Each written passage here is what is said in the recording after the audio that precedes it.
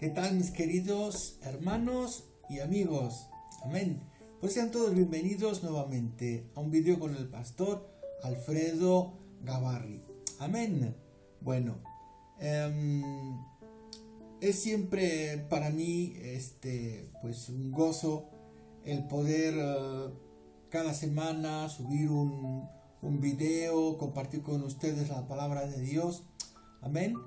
Y por supuesto aportarles, ¿verdad? Pues con mi granito de arena, ¿no?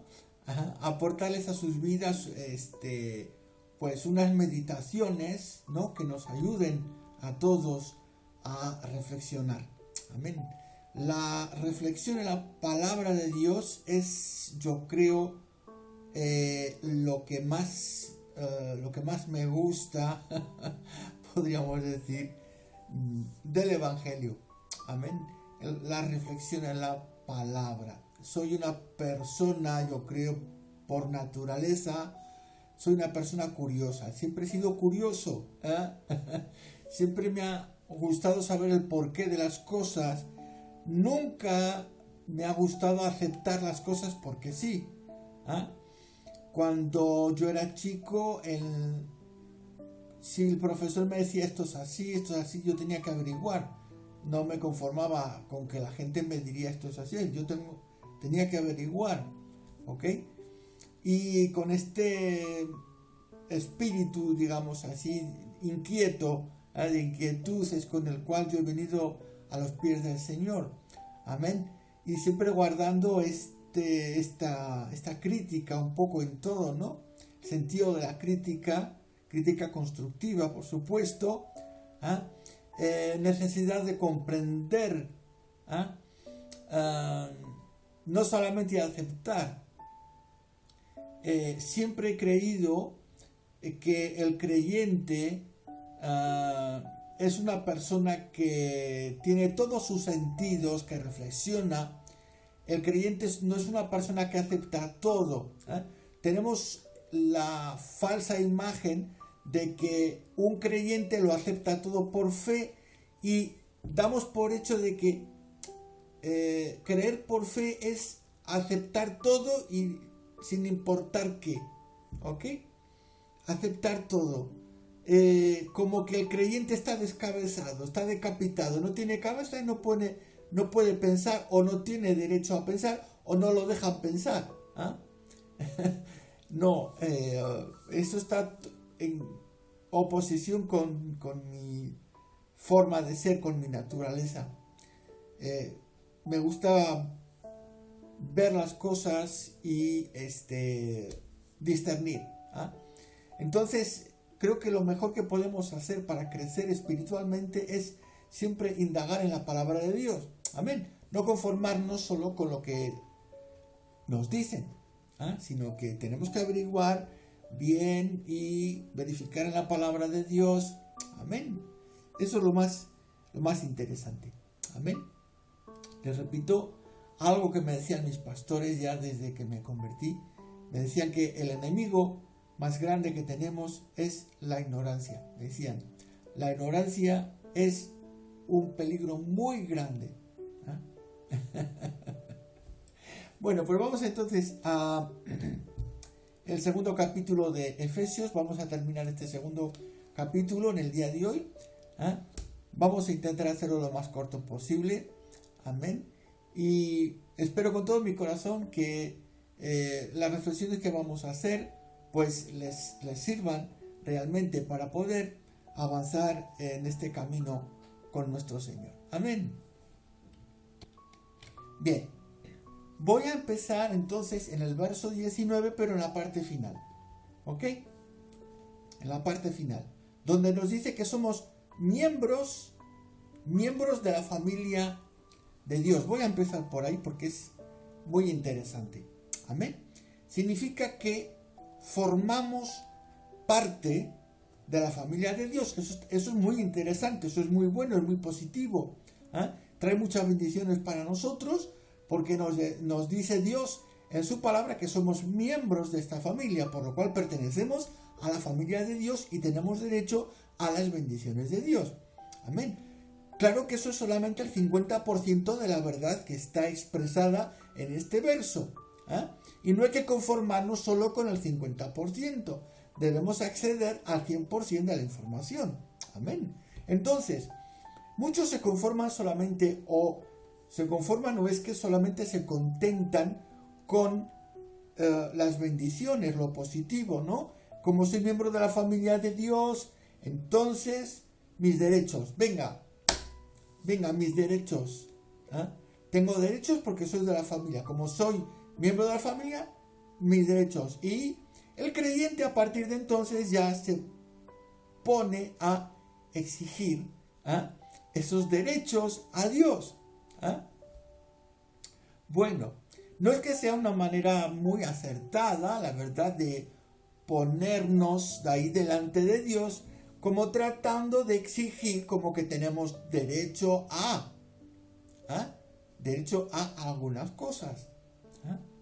Cierto que Dios nos va a bendecir. Aún así, si pedimos a Dios de esta manera tan brusca y tan ignorante, ¿no? Pero bueno, aún Dios en su misericordia siempre nos va a escuchar, siempre escuchará a una de las personas que de manera egoísta, solo piensan en esa bendición. Dios le va a dar la bendición. Dios no retira la bendición, Dios da la bendición. Porque Dios ha prometido bendición, entonces Dios la va a dar. Si eso no es paciencia, entonces si Dios es paciente con nosotros, que aun a veces pidiendo mal, Dios siempre nos concede las bendiciones. Pero no podemos reducir el Evangelio solamente a eso. En las predicaciones, en el pasado, cuando todavía no había salido del dispensacionalismo y bueno, todo este sistema teológico, arminianismo, etcétera, etcétera, la manera de predicar, ustedes ya lo saben, ¿vale? El corte de predicación de cualquier predicador de esta manera es ofrecer el Evangelio. El Evangelio es el remedio milagroso. Que si estás en problemas, tienes que venir al Señor, porque el Señor te va a quitar todos los problemas. Que si pasas dificultades, tienes que venir al Señor. Y se trata de puntualizar en la predicación que Dios es el Evangelio, por decir. El Evangelio es la solución milagrosa para todo y ya está. Y se deja de lado, claro, el otro 50% de cosas. Claro que una parte del Evangelio es eso. Cuando venimos al Señor, el Señor se ocupa de nosotros porque es nuestro Padre. Y si tenemos problemas y estamos en dificultades, ¿qué padre no se va a hacer cargo de los problemas de su hijo? Evidentemente, ¿vale? Pero no podemos presentar el Evangelio como si fuera un saldo, como si fuese una rebaja, a ver quién da más, a ver quién ofrece más. No se trata de eso, Y sin embargo, en el pasado, en las predicaciones, pues de esa manera, a mí me enseñaron también a mostrar el Evangelio así. Pero hay un 50% que, claro, entonces estás dejando de lado. Y es que Dios también tiene exigencias para nosotros. Dios te va a dar, pero tú también tienes que, al mismo tiempo, satisfacer las exigencias del Evangelio. Satisfacer las exigencias de Dios. Amén. Dios te va a bendecir. Sí, por supuesto. No estoy diciendo que no, Dios no te va a bendecir. Dios te va a bendecir. Por supuesto que te va a bendecir. Amén. Pero hay después que pasar el filtro del Evangelio en nuestras vidas. Listo. Entonces, somos miembros de la familia de Dios, pero fíjense, la palabra miembro significa parte. ¿ok? Tengo este brazo, esto es un miembro de mi cuerpo, ¿ok? Mi pierna es un miembro de mi cuerpo. Y cada parte de mi cuerpo es un miembro, ¿ok? Y necesito todos los miembros para que mi cuerpo funcione. Amén. Entonces, cuando la palabra nos dice que somos miembros de la familia de Dios, no solo es referente a las bendiciones, a lo que Dios nos va a dar, sino también tenemos que ser funcionales, no podemos ser parásitos. Uy, esto no gustó. Esto no gustó. ¿Ah? Listo. Nosotros estamos en la casa del Señor para ser funcionales, para ocupar un lugar y hacer una función dentro de la casa del Señor. Amén. Por eso el Evangelio aquí nos dice literalmente que somos miembros, partes. Si este brazo es miembro y no funciona, está aquí haciendo peso, nada más. Y ¿cuánto peso hay en las iglesias? ¿Cuántos hermanos no son más que peso que los demás arrastran?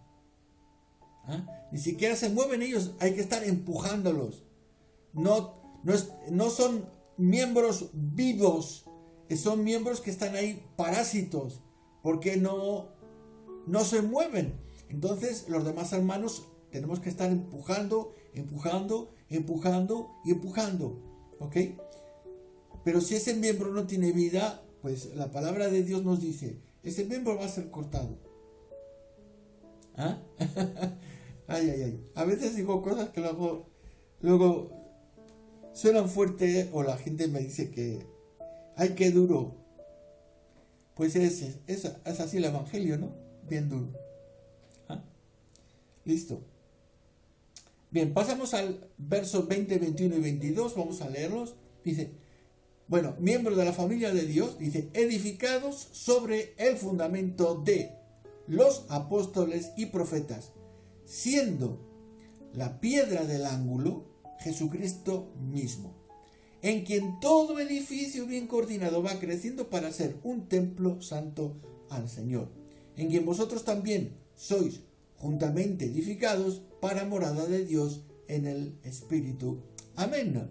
Gloria a Dios. Bueno, aquí estos 3 versículos nos habla del fundamento, la edificación, ¿ok? Nos habla de el edificio y nos habla de la morada. Vamos a ver todo esto, ¿ok? Primeramente, el fundamento. El fundamento. Todos saben, ¿ok?, que cuando se construye un edificio, sea pequeño o sea grande, lo primero que hay que trabajar son las fundaciones. ¿Qué son las fundaciones?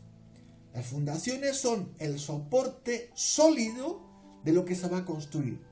Que sea una casa de tamaño medio o que sea un edificio de 20 plantas. Da igual, uno y otro tienen que tener sólidas fundaciones. Es decir, en donde se apoya todo el edificio. Si el edificio tiene mal apoyo, pues todo se va a hundir. Todo va a desaparecer, porque no se va a poder sostener. Entonces, tenemos aquí varios conceptos, empezando por el fundamento. Antes de edificar, se necesita echar el fundamento, la fundación que se llama, la fundación. ¿Ok? Si han visto la construcción de cualquier edificio, el modus operandi es siempre el mismo. Primero hay que ir hacia abajo. Antes de ir hacia arriba, hay que ir hacia abajo. No se puede ir hacia arriba si primero no se va hacia abajo. Eso nos habla de la humillación. Primero hacia abajo, después hacia arriba. Cuando se hace el edificio, hay que excavar hasta encontrar un terreno lo suficientemente sólido. Entonces, sobre ese terreno sólido se echa el fundamento, la fundación, ¿okay?, que suelen ser unas vigas, vamos a llamar así, ¿ok? De hormigón, ¿ok? ¿Cómo le llaman en América? Lo llaman, no me acuerdo la palabra. Aquí en España lo llaman hormigón, es el cemento que se hace con la mezcla. Hay también guijarros o piedras que se añaden para que eso tenga más cuerpo. Concreto, el concreto, le llaman en América, el concreto. ¿Ok? Entonces, se necesita ese tipo de vigas que se hacen, ¿verdad? Que va a rodear todo el edificio y el edificio va a estar sujeto ahí. También se pueden hacer lo que se llaman pilones, es decir, son una especie de tubos muy altos, ¿no? De mucha altura, y se introducen dentro de la tierra a mucha profundidad, se rellenan de concreto, de cemento, de hormigón, ¿ok? Eso va a servir como columnas, ¿ok? Para que esté todo el edificio bien sólido. Listo. Entonces, lo primero es el fundamento. Mire cómo dice aquí, ¿dónde estamos nosotros edificados para que esto sea firme? Nos dice que nosotros estamos edificados sobre un fundamento. Y ese fundamento nos dice aquí que es el fundamento de los apóstoles y de los profetas. ¿Esto qué significa exactamente? ¿Qué quiere decir? Significa la enseñanza de toda la palabra de Dios. ¿Ok? Porque el contenido de toda la palabra de Dios, ¿ok? Cuando habla de los profetas, se refiere a la parte del Antiguo Testamento. Cuando habla de los apóstoles, se refiere a las nuevas escrituras que estaban en preparación en ese tiempo, es decir, todo el Nuevo Testamento. En esa época todavía no había sido completado y no había sido juntado todo en un solo volumen, como lo tenemos hoy día. ¿Listo? Pero cuando habla a los apóstoles y profetas, significa el conjunto de la palabra que ya existía en tiempos apostólicos, que era el Antiguo Testamento, todos los libros del Antiguo Testamento, más los libros que estaban en preparación, que preparaban tanto los apóstoles como los evangelistas. ¿Listo? Entonces, aquí tenemos también otra perla, ¿ok? Que estaba a la par, podemos decir, al mismo nivel, los escritos de los apóstoles y los escritos de los profetas, es decir, que se consideraban con la misma inspiración. ¿Ok? Listo. Entonces, nosotros, los creyentes, ¿dónde tenemos que edificar? ¿Cuál es el fundamento? El fundamento son las escrituras. Sin las escrituras, nosotros no podemos poner nada encima. Si quitas las escrituras, esto se queda hueco, se queda vacío. Tú puedes poner cosas encima. Te puedes inventar doctrinas, te puedes inventar liturgias, te puedes inventar todo lo que quieras, pero si no está esto, si no está esto, todo lo que eches aquí encima en el vacío se va a hundir. ¿Ok? No se va a tener de pie. ¿Listo? Eso es lo que nos enseña entonces aquí estos pocos versículos. Nosotros estamos edificados sobre un fundamento que es muy sólido, que son las enseñanzas ya del Antiguo Testamento, ¿ok? Los profetas, y también todas las enseñanzas que tenemos en el Nuevo Testamento, ¿ok? Es decir, que hay unos márgenes de los cuales el creyente no debe salir. Esos son nuestros márgenes. Así como un río va por su margen, el creyente debe de andar en el margen que le da la palabra de Dios. Amén. Listo, esto creo que lo hemos entendido. Entonces, hay que prestar atención a las enseñanzas que hay hoy día circulando por ahí. Si no está esa enseñanza aquí, si no hay base aquí, ¿ok? Eso hay que rechazarlo. Si no tiene solidez aquí en la palabra, hay que rechazarlo. Porque no proviene de la enseñanza de los apóstoles y los profetas. Por lo tanto, es un terreno peligroso. Y en el terreno peligroso te vas a hundir. ¿Listo? Bien, nos dice también, nos habla de la piedra del ángulo. La piedra del ángulo, una vez que se ha edificado y se quiere dar forma dentro del edificio, ¿ok? Había en lo que se llamaban los arcos, ¿okay? Lo que es un arco, ¿okay? La piedra que estaba justo en medio del arco es la que se llamaba piedra del ángulo, es decir, la piedra que sujetaba todo, ¿okay? Toda la fuerza del arco, estaba, toda esa presión la sujetaba esa piedra que estaba en medio, ¿ok? Era la piedra principal. Si quitas esa piedra, pues todo el arco se va abajo. ¿Ah? Listo. En un edificio, entonces, hay lugares del edificio que debemos de tener en cuenta. Si quitamos por una parte el fundamento, estamos mal. Si quitamos lo que sujeta los arcos, también estamos mal. ¿Ok? Toda la parte, todo, o sea, todo lo aparente, todo lo que vayas a echar hacia arriba, ¿ok? También tiene que estar sujeto por esa piedra del ángulo, la cual es Jesucristo mismo. Amén.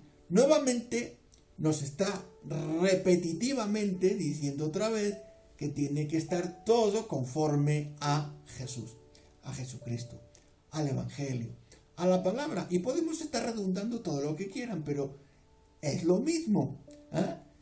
Tenemos que tener entonces la piedra principal del ángulo, que es Jesucristo. Hoy día, para acercarnos a Dios, lo tenemos que hacer a través de Jesucristo, porque sin Jesucristo no podemos acercarnos a Dios. Dios se hace inalcanzable para nosotros por causa de nuestros pecados, delitos y demás. Pero a través de Cristo, a través de su misericordia, a través de su sacrificio, nosotros podemos entrar a la presencia de Dios. Amén. Dios se hace, Dios, me refiero a Jesucristo, que es Dios, por supuesto. Jesucristo se hace imprescindible y no podemos quitarlo de esta ecuación. Jesucristo es imprescindible para que alcancemos la salvación. En muchas sectas, aún cristianas, han quitado la figura de Jesucristo, ¿okay? O han deformado la figura de Jesucristo. En un evangelio donde no está Jesucristo, estás mal. En un evangelio donde la figura de Jesucristo está deformada, estás mal. ¿Okay? Tenemos que tener al Cristo que está anunciado aquí, en el Nuevo Testamento. Si no tienes ese Cristo, estás mal. Hay muchas religiones que predican, que hablan del Padre, del Hijo y del Espíritu Santo. ¿Ok? Pero, ¿en qué forma hablan? ¿Cómo lo presentan? ¿Ok? Tenemos el ejemplo de los unitarios o los de solo Jesús, ¿ok? Cuya manera de presentar a Cristo es una manera deformada, ¿ok? Tenemos dentro de, podemos decir así, de las sectas cristianas, por llamarlas de alguna manera, por ejemplo, los mormones, ¿ok? Que dicen tener también al Padre, al Hijo y al Espíritu, pero creen que cada uno de ellos es un Dios diferente, no un solo Dios. Aquí ellos tienen 3 dioses. Listo. La figura de Cristo ahí está súper deformada. Entonces nosotros, según la palabra de Dios, nos tenemos que conformar a lo que está en las Escrituras y ya está. Amén. Bien. Y vamos ya a concluir rapiditamente con un pensamiento que hay aquí en el verso 22 y que es muy interesante, donde nos dice, en quien vosotros también sois juntamente edificados. Y ahora lo dice aquí, ¿para qué? Ok. Todo este proceso que estamos siguiendo, o sea, todo ese proceso que se produce en nosotros, ¿ok? ¿Con qué fin? ¿Cuál es el fin de todo ese proceso en nosotros? ¿Ok? Venimos al Señor, pasamos por el arrepentimiento, la conversión, el proceso del nuevo nacimiento, pero todo eso ¿para qué? ¿Para qué? ¿Cuál es la finalidad de todo eso? ¿Ok? ¿Cuál es la finalidad? La finalidad no es otra que nosotros seamos moradas de Dios. Eso es algo tan tremendo, tan poderoso, tan glorioso, que nos podríamos pasar horas y horas hablando solamente de esto. Es un tema muy hermoso. Ser morada del Dios vivo, del Dios creador. Nosotros, simples criaturas humanas, simples mortales, pasemos a ser la morada de Dios. Esto es único en todas las religiones. En el número de tantas religiones que hay, la religión cristiana es la única religión que enseña a Dios primero como Padre. Listo, bueno, en otro día venimos a enseñar esas cosas. ¿Ok? Pero también Dios mora en el hombre. Dios vive en el hombre. El hombre es la morada de Dios. El hombre se convierte en la morada de Dios. Este pensamiento, por ejemplo, en la religión del Islam, es inconcebible. Un musulmán no concibe que Dios pueda morar dentro de él. Eso para el Islam eso estaría muy fuera de lugar. Y sin embargo, en el cristianismo es una enseñanza elemental, porque toda la Biblia, desde la primera hasta la última página, enseña a un Dios trascendente, es decir, un Dios que se mezcla, por así decir, con su creación, que entra dentro de la misma creación. ¿Ok? En otras religiones la manera de concebir a Dios es una manera muy abstracta, ¿ok? Y Dios no es trascendental para el hombre. Sin embargo, en la religión cristiana, Dios es trascendente. Es decir, que Dios se preocupa de nosotros, ¿ok? De tal manera que nos prepara a nosotros, de tal manera nos limpia, nos purifica, nos santifica, de tal manera que nosotros, simples mortales, simples seres humanos, pasamos a ser la morada de Dios. Eso merece un aplauso, merece un gloria a Dios, merece una ovación, merece un grito de guerra, como se decía antiguamente en las iglesias. Amén. Gloria al Señor. Somos entonces morada de Dios. El propósito de todas estas cosas que estamos haciendo, las reflexiones que hacemos, ese proceso que está desarrollándose en nosotros desde nuestra conversión hasta que Dios nos llame. Todo ese proceso tiene un sentido, tiene un porqué, y es de que Dios te prepara de tal manera que te conviertas tú mismo en su morada. Mira si Dios, ¿verdad?, podría elegir lugares para poder morar, en templos hechos con la mano del hombre, pero Dios no mora en los templos hechos con la mano del hombre. Cuando nosotros invocamos el nombre del Señor en un lugar cual sea, que sea en lo que llamamos iglesia, en lo que llamemos templo, en lo que llamemos edificio, allá donde invoquemos el nombre del Señor, Dios se hace presente. No porque vaya a morar entre cuatro paredes, en un lugar hecho de ladrillos y de cemento. Se hace presente porque Dios quiere morar en el ser humano. Es tal la preocupación por el ser humano que Dios quiere morar dentro de él para cuidarlo. Amén. Eso merece otro aplauso. Gloria a Dios. Bueno, podríamos seguir mucho más, ¿verdad? Hablando de las bondades de Dios para con nosotros, ¿cierto? Amén. Entonces, esto también nos debe de llevar también a la reflexión siguiente, y con esto terminamos. Si soy morada de Dios, ¿cómo debe de ser mi comportamiento? ¿Cómo debe de ser la forma de hablar, la forma de comportarme, la forma de mirar, la forma de escuchar, la forma de actuar? ¿Cómo debe ser mi comportamiento? No solamente en la iglesia, no solamente en el lugar de culto, en mi casa, en mi trabajo, en mi hogar, con mi esposa, con mis hijos. Si soy realmente morada de Dios, ¿cómo debo de ser? Ahí está la cuestión. Y es con esta cuestión que quiero dejarles para alimentar su curiosidad. Amén. Mis queridos hermanos, gracias por escucharme, gracias por su paciencia. Ruego a Dios que Dios los bendiga a todos mucho, que el Señor toque sus corazones, que poco a poco sus vidas se vayan acercando más y más a Dios. Amén. Si logramos que alguno de ustedes se acerque un poquitito más a Dios, yo ya me doy por satisfecho. Amén. Que Dios les bendiga. Nos vemos en un próximo video. Amén.